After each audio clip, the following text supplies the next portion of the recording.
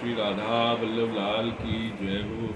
श्री हरिवंश चंद्र महाप्रभु की जय हो। गुरु जी महाराज की जय हो। सभी रसकाचार्यों की जय हो। आज मन में ये बात आई कि आपको जो अपने सिद्धांत हैं राधा वल्लभी संप्रदाय के और उनसे जुड़ी हुई वाणी हैं वो तो हम बतावे ही हैं। इसके साथ साथ कुछ घटनाएं जो जीवन में भी आज भी घटित हो में, जो संबंध हो में, जैसे कि गुरु और शिष्य का संबंध, ये भी एक पिता पुत्र के संबंध की तरह ही है। जैसे पिता अपने पुत्र को बनाने के लिए या समझाने के लिए कभी कभी नाराज़गी जाहिर करे, तो या चीज़ को देखते हुए हमें ये बात आई कि जो घटना हमने बड़े से सुनी है वो आपके समझ रखें। श्री रूपलाल जी महाराज अधिकारी जी के, जो राधा वल्लभ मंदिर श्री वृंदावन के अधिकारी रहे, टिकट अधिकारी हमारे परवावा, उनके एक शिष्य रहे ब्रह्मानंद शुक्ल। वो अंग्रेजन के समय में पुलिस के बड़े अधिकारी रहे, वहाँ से रिटायर्ड होकर फिर उन्होंने वृंदावन में वास किया। और वृंदावन वास के समय में उनको जो हो सो वो सेवा में ही समर्पित हो लिए। अब सेवा में रहते हुए तो गुरु तो चाहवे कि बहुत सी चीज़ सीखें, समझें और अपनी उन्नति के मार्ग पे चल पावें।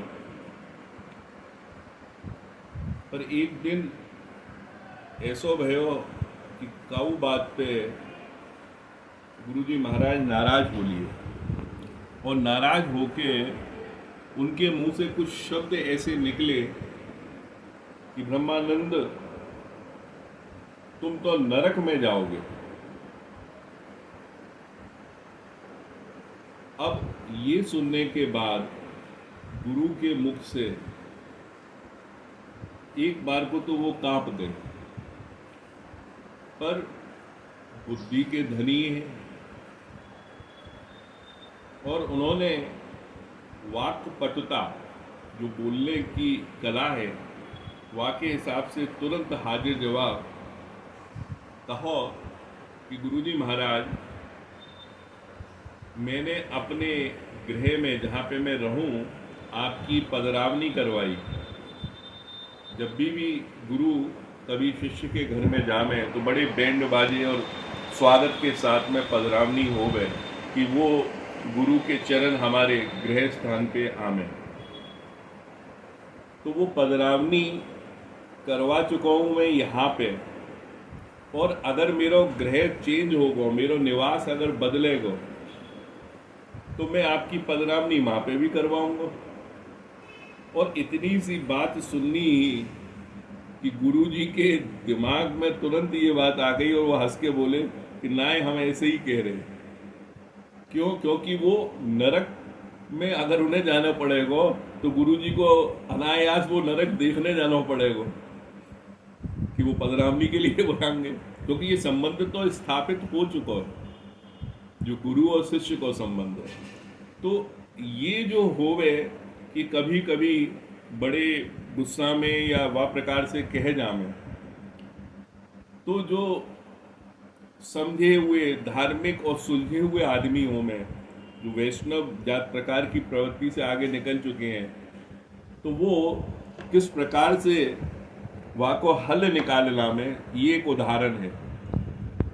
दूसरा उदाहरण हम आपको बतावें, वहाँ में ये हो कि हमारे यहाँ राधा वल्लभी संप्रदाय में दो वंश हैं, जो विलास दास जी महाराज हुए हैं, क्योंकि सबसे पहले हरवंश जी महाराज गद्दी पे बैठे, फिर वंचन जी महाराज बैठे, सुंदरवर जी बैठे, और सुंदरवर जी के बाद में हमारे दामोदर वर्जी आए। और दामोदर वर्जी के दो पुत्र विलासदास जी और रासदास जी, तो वहाँ से ये 6-6 महीने की सेवा 2 जगह पे बटी।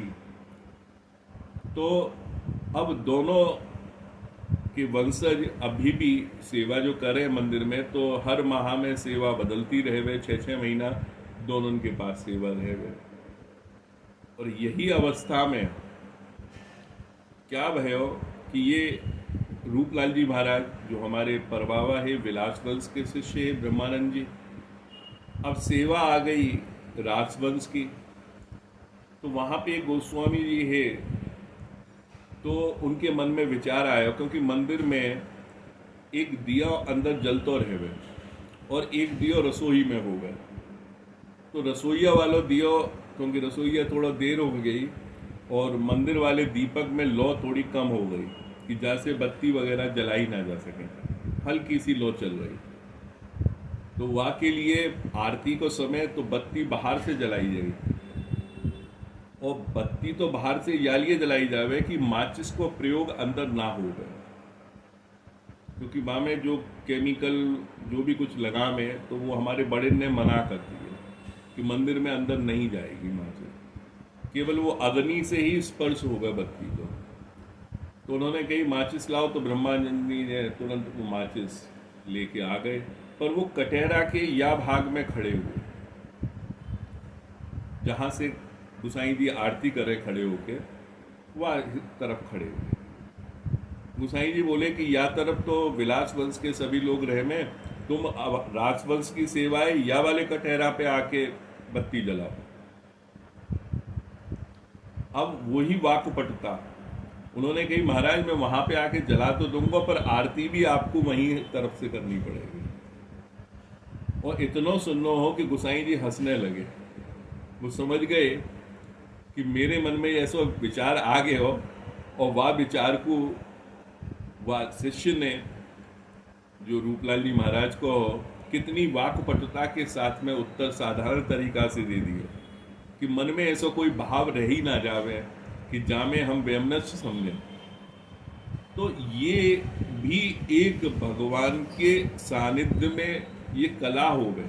तो वैष्णव जनन को ऐसा ही करना चाहिए अपने जीवन में, ना कि ये अपनी ताकत दिखानी चाहिए। क्योंकि ब्रज में एक कहावत है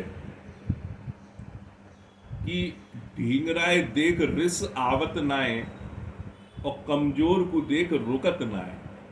रिश मतलब गुस्सा। कोई ढींगरा हो, कोई बहुत तगड़ा हो, अपने से बलिष्ठ हो, तो गुस्सा आएगी नहीं, अरे भाई साहब आपने ऐसा क्यों ना किया, बड़ी साधारणता कह देंगे। और वही कोई कमजोर दिख जाए तो गुस्सा पूरी तरह से प्रकट होके बाकी ऊपर निकल जाएगी।